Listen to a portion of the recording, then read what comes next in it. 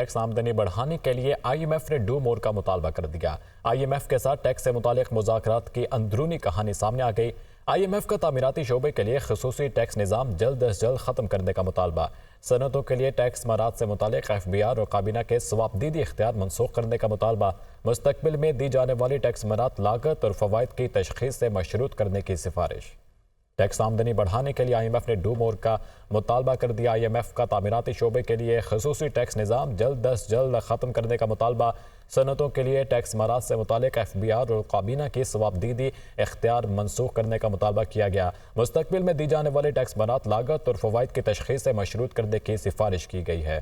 پاکستان اور IMF کے درمیان موجودہ قرض پروگرام کے تحت آخری اقتصادی جائزے کے مذاکرات کا پہلا روز ہے۔ عالمی مالیاتی فنڈ نے فرٹیلائزر پلانٹس کو سستی گیس کی فراہمی جلد ختم کرنے، جبکہ ریئل اسٹیٹ، مینوفیکچرنگ سیکٹر اور ریٹیلرز کے لیے نئے ٹیکس اقدامات کا مطالبہ کر دیا۔ پاکستان اور IMF کے مابین مذاکرات کا آغاز، مشن کا فرٹیلائزر پلانٹس کو سستی گیس کی فراہمی بند کرنے کا مطالبہ۔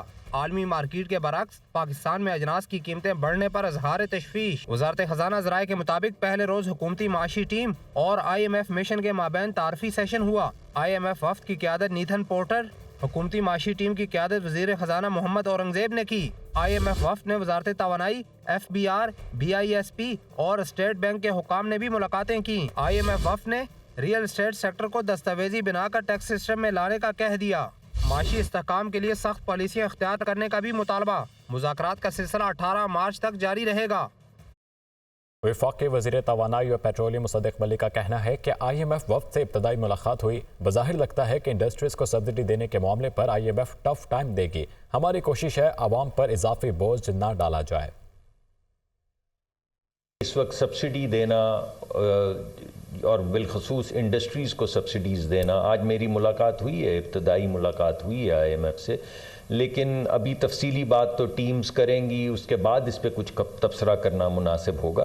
لیکن بظاہر مجھے ایسا لگتا ہے کہ جس طرح کا ماحول ہے اس میں ہمارے ملک کی انڈسٹریلسٹ جو ہیں یا انڈسٹریز جو ہیں ان کو سبسڈائز کرنا خزانے میں سے، وہ غالباً IMF اس وقت شاید اس پہ ہمیں ٹف ٹائم دے۔ اس وقت ہمارے پاس بجلی کے حوالے سے بجلی کا فقدان نہیں ہے، ہمیں ٹرانسمیشن لائن کو اپنی اسٹرینگتھن کرنا ہے، مگر اس سے زیادہ جو اہم چیز ہے وہ ہماری ڈسٹریبیوشن ہے۔ ہماری یہ جو بجلی کی تقسیم کار کمپنیاں ہیں ان کے اندر جو لاسز ہوتے ہیں ان کو ہم نے گھٹانا ہے۔ بعض تقسیم کار کمپنیوں کے اندر 20-20، 30-30%، 35-35% نقصانات ہو رہے ہیں، تو آپ خود ہی سوچئے کہ اگر آپ 100 روپے کی چیز 20 روپے اس کے وصول کریں تو کتنی دیر تک معاملہ چل سکتا ہے۔ اور صدر آصف علی زرداری نے چین کے صدر شی جن پنگ کو خط میں کہا کہ چین کے ساتھ سدا بہا شراکت داری مضبوط بنانے کے لیے پرعزم ہے۔ پاکستان اور چین محض پڑوسی نہیں بلکہ آہنی بھائی ہیں۔ دونوں ممالک کی مضبوط دوستی علاقائی امن، استحکام اور ترقی کے لیے کلید کی حیثیت رکھتی ہے۔ تاریخ نے پاکستان اور چین کو ایک منفرد رشتے میں جوڑا ہے۔ صدر مملکت آصف علی زرداری کا چین کے صدر شی جن پنگ کو خط، چینی صدر کی جانب سے تہنیتی پیغام پر ان کا شکریہ ادا کیا۔ صدر زرداری نے کہا کہ پاکستان اور چین نے اقتصادی راہداری سمیت مختلف شعبوں میں دو طرفہ تعاون میں نمایاں پیش رفت کی۔ صدر شی جن پنگ کی غیر متزلزل حمایت سی پیک کی ترقی کے لیے ناگزیر رہے گی۔ تمام عالمی مسائل پر افہام و تفہیم اور مشترکہ خیالات سے پاک چین تعلقات مزید مستحکم ہوئے۔ خط میں صدر مملکت نے چین کے ساتھ عملی تعاون مزید مستحکم بنانے کے عزم کا اعادہ کیا ہے۔ وزیر اعظم شہباز شریف کی زیر صدارت ملکی معیشت کی ترقی کے لیے اہم اجلاس میں آئندہ 5 سال کا معاشی روڈ میپ پیش۔ وزیر اعظم نے اس عزم کا اظہار کیا کہ غریب عوام کے پیسے کو مزید ضائع نہیں ہونے دیں گے، حکومت اخراجات کو کم کریں گے۔ وزیر اعظم کی زیر صدارت جائزہ اجلاس، ملک کی ترقی کے لیے آئندہ 5 سال کا معاشی روڈ میپ پیش۔ مہنگائی میں کمی، غربت کی تخفیف اور روزگار کی فراہمی روڈ میپ کا حصہ۔ نقصان میں چلنے والے حکومتی اداروں کی ترجیحی بنیادوں پر نجکاری کا فیصلہ۔ اجلاس میں وفاقی وزراء احسن اقبال، محمد جہاں زیب، آحد چیمہ، ڈاکٹر مصدق ملک اور متعلقہ اعلیٰ حکام نے شرکت کی۔ وزیر اعظم کا کہنا تھا کہ وقت ضائع کیے بغیر ملکی معیشت کے استحکام اور ترقی کے لیے منصوبوں پر عمل درآمد یقینی بنایا جائے۔ انہوں نے ہدایت کی کہ زراعت، لائیو اسٹاک، انفارمیشن ٹیکنالوجی اور بیرونی سرمایہ کاری میں اضافے کے اقدامات کیے جائیں اور چھوٹے اور بڑے پیمانے کی صنعتوں کی ترقی کی استعداد میں اضافے کے لیے ترجیحی بنیادوں پر اقدامات اٹھائے جائیں۔ وزیر اعظم نے اس عزم کا اظہار کیا کہ حکومتی اخراجات کو کم کریں گے اور ڈیجیٹلائزیشن اور جدت سے محصولات بڑھائیں گے۔ چین نے قرض کی واپسی کے لیے کبھی پاکستان پر دباؤ نہیں ڈالا۔ قرض کی شرح پر قابو پانے کے لیے چین پاکستان کی ہر ممکن مدد کرے گا۔ چینی کونسل جنرل کا کہنا تھا کہ پاکستان کو اپنی برآمدات کو بڑھانا ہوگا۔ لاہور میں تعینات چینی کونسل جنرل مسٹر یاؤ شیرین نے فیصل آباد چیمبر آف کامرس انڈسٹری میں تاجروں اور صنعت کاروں سے ملاقات کی۔ انہوں نے کہا کہ چینی حکومت نے پاکستان کا $2 ارب کا قرض رول اوور کر دیا۔ پاکستان کی GDP 350 ارب ڈالر کے لگ بھگ ہے، لیکن GDP کے حوالے سے قرض کی شرح بہت زیادہ ہے، جس پر قابو پانے کے لیے چین پاکستان کی ہر ممکن مدد کر رہا ہے۔ چینی کونسل جنرل نے پاکستان اور چین کے مابین تجارتی خسارے کے حوالے سے کہا کہ اس مقصد کے لیے پاکستان کو اپنی برآمدات کو بڑھانا ہوگا۔ پاک چین فری ٹریڈ ایگریمنٹ 2 کے تحت پنجاب سے بڑے پیمانے پر زرعی، صنعتی اور تیار اشیاء چین برآمد کی جا سکتی ہیں۔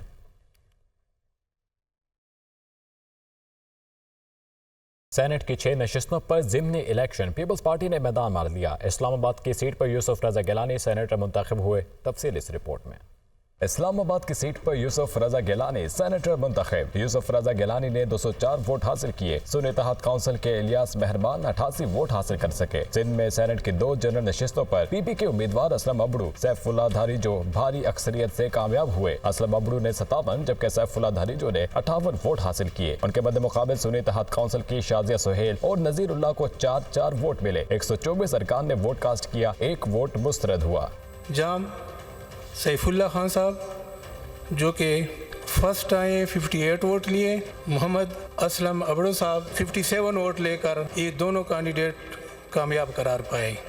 بلوچستان میں پیپلز پارٹی کے عبدالقدوس بزنجو، نون لیگ کے دوستین ڈمکی اور JUI کے عبدالشکور کامیاب۔ عبدالقدوس بزنجو نے 23، نون لیگ کے دوستین ڈمکی نے 17 اور JUI کے عبدالشکور نے 16 ووٹ حاصل کیے۔ بلوچستان میں 62 میں سے 61 ارکان نے ووٹ کاسٹ کیا۔ 7 امیدوار مد مقابل تھے۔ پولنگ کا عمل صبح 9 سے شام 5 بجے تک جاری رہا۔ BAP کے مبین خلجی نے 6 ووٹ حاصل کیے، وہ منتخب نہ ہو سکے، جبکہ کاسٹ کیے گئے تمام ووٹ درست قرار پائے۔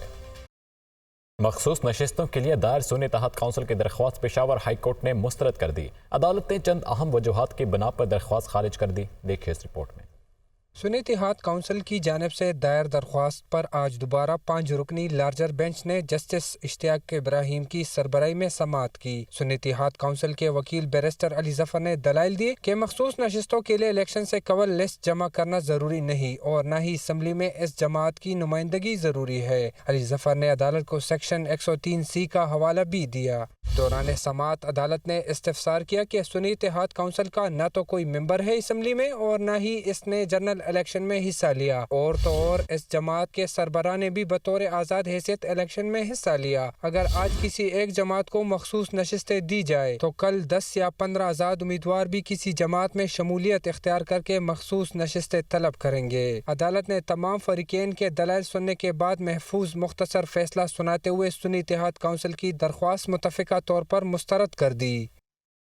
تعمیر اور مرمت کی ڈیڈ لائن، وزیر اعلیٰ پنجاب کا سندھ اور ٹیکسلا میں لیبر کالونیوں کے پروجیکٹ جلد مکمل کرنے کا حکم۔ اسکولوں کی بتدریج سولر انرجی پر منتقل کرنے کے لیے بھی جامع پلان طلب کر لیا۔ اجلاس میں اسکول ایجوکیشن کونسل کی تشکیل نو کا بھی فیصلہ کیا گیا۔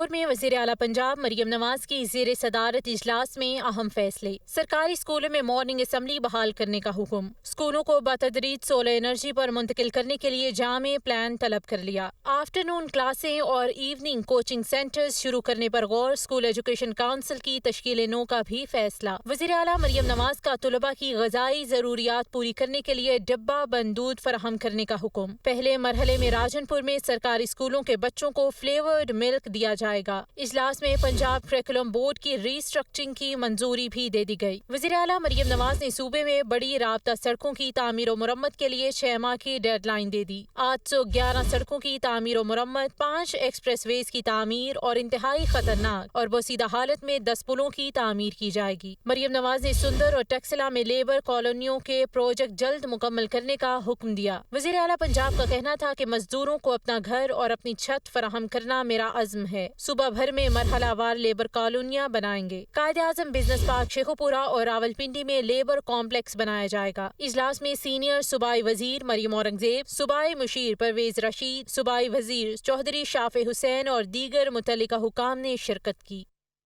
پاکستان سٹاک ایکسچینج میں تیزی دیکھی گئی۔ فوریکس مارکیٹ میں ڈالر کی قدر میں معمولی کمی ہوئی، جبکہ سونے کی قیمت میں 250 روپے کا اضافہ دیکھا گیا۔ پاکستان اسٹاک ایکسچینج میں آج ٹریڈنگ کا آغاز ہی مثبت زون سے ہوا۔ ٹریڈنگ کے دوران 100 انڈیکس 1200 پوائنٹس تک بڑھا۔ ٹریڈنگ کے اختتام پر 100 انڈیکس 1015 پوائنٹس اضافے سے 65,064 پوائنٹس پر بند ہوا۔ تجزیہ کاروں کا کہنا ہے کہ امید کی جا رہی ہے کہ IMF کے ساتھ 4 روزہ مذاکرات میں قرض کے لیے معاہدہ طے پا جائے گا، جس کے باعث اسٹاک مارکیٹ میں تیزی دیکھی گئی۔ انٹر بینک میں ڈالر کی قدر میں 2 پیسے کی معمولی کمی ہوئی۔ انٹر بینک میں ڈالر 278.77 روپے پر بند ہوا۔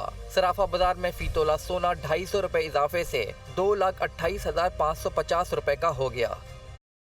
اسی کے ساتھ یہ بلیٹن اپنے اختتام کو پہنچا۔ مزید تفصیلات کے لیے وزٹ کیجیے dunianews.pk۔ اس کے علاوہ آپ دیگر سوشل میڈیا ویب سائٹ پر فالو بھی کر سکتے ہیں۔ دیکھتے رہیے دنیا نیوز، کیونکہ یہ ہے خبر کی دنیا۔